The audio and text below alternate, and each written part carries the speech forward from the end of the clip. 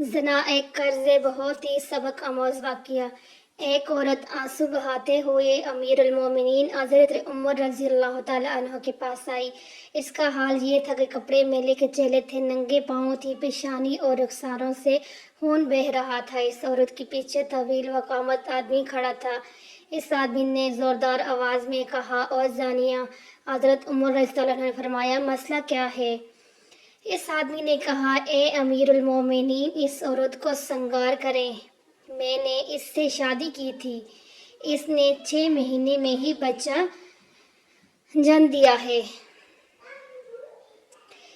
حضرت عمر رضی اللہ عنہ اس عورت کو سنگار کرنے کا حکم دے دیا۔ حضرت علی رضی اللہ تعالیٰ عنہ نے، جو حضرت عمر رضی اللہ تعالیٰ عنہ کے برابر بیٹھے تھے، کہا کہ اے امیر المومنین، یہ عورت زانیہ سے بری ہے۔ حضرت علی رضی اللہ تعالیٰ عنہ نے فرمایا کہ اللہ تعالیٰ کا ارشاد ہے کہ جب ہم اسے زردان کی مدت نکالیں گے، جو کہ 30 مہینوں میں سے 24 مہینے ہیں، لہٰذا 6 ماہ باقی رہ جاتے ہیں، لہٰذا ایک عورت 6 ماہ میں بچہ جن سکتی ہے۔ یہ سن کر حضرت عمر رضی اللہ تعالیٰ عنہ کا چہرہ دمک اٹھا اور فرمایا، اگر آج علی رضی اللہ تعالیٰ عنہ نہ ہوتے تو عمر رضی اللہ تعالیٰ عنہ ہلاک ہو جاتا۔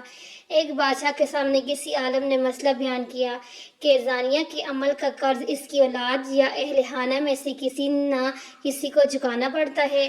اس بادشاہ نے سوچا کہ میں اس کا تجربہ کرتا ہوں۔ اس کی بیٹی حسن و جمال میں بے مثال تھی۔ اس نے شہزادی کو بلا کر کہا کہ عام سادہ کپڑے پہن کر اکیلی بازار میں جاؤ، اپنے چہرے کو کھلا رکھو اور لوگ تمہارے ساتھ جو معاملہ کریں وہ ہو بہو آ کر مجھے بتاؤ۔ شہزادی نے بازار کا چکر لگایا، مگر جو غیر محرم شخص اس کی طرف دیکھتا، شرم و حیا سے نگاہیں جھکا لیتا۔ کسی مرد نے شہزادی کے حسن و جمال کی طرف دھیان ہی نہ دیا۔ سارے شہر کا چکر لگا کر جب شہزادی اپنے محل میں داخل ہوئی تو راہداری میں سے کسی ملازم نے محل کی خادمہ سمجھ کر روکا، گلے لگایا، بوس لیا اور بھاگ گیا۔ شہزادی نے بادشاہ کو سارا قصہ سنایا اور بادشاہ رو پڑا، کہنے لگا، میں نے ساری زندگی غیر محرم سے اپنی نگاہوں کی حفاظت کی ہے، ایک مرتبہ غلطی کر بیٹھا اور ایک غیر محرم لڑکی کو گلے لگا کر اس کا بوس لیا تھا۔ میرے ساتھ بھی وہی ہوا جو کچھ میں نے اپنے ہاتھوں سے کیا تھا۔ سچ ہے کہ زانیہ ایک قصاص ہے، وہ عمل ہے جس کے بدلہ ادا ہو کر رہتا ہے۔ ہمیں اس واقعے سے عبرت حاصل کرنی چاہیے۔ ایسا نہ ہو کہ ہماری کوتاہی کا بدلہ ہماری اولادیں چکاتی پھریں۔ جو شخص چاہتا ہے کہ اس کی گھر کی عورتیں پاک دامن بن کر رہیں، اسے چاہیے کہ وہ غیر محرم عورتوں سے اجتناب کرے۔ اس طرح جو عورتیں چاہتی ہیں کہ ہمارا خاوند نیککاری کی زندگی گزارے، بے حیائی والے کاموں کو چھوڑ دیں۔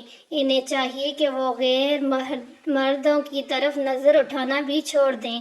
کسی نے اگر یہ کیا تو گناہ ہے۔ توبہ کا دروازہ ہمیشہ کھلا ہے۔ سچی توبہ کے ذریعے اپنے رب کو منائیں تاکہ دنیا میں قصاص سے بچ جائیں اور آخرت میں ذلت و رسوائی سے چھٹکارا پائیں۔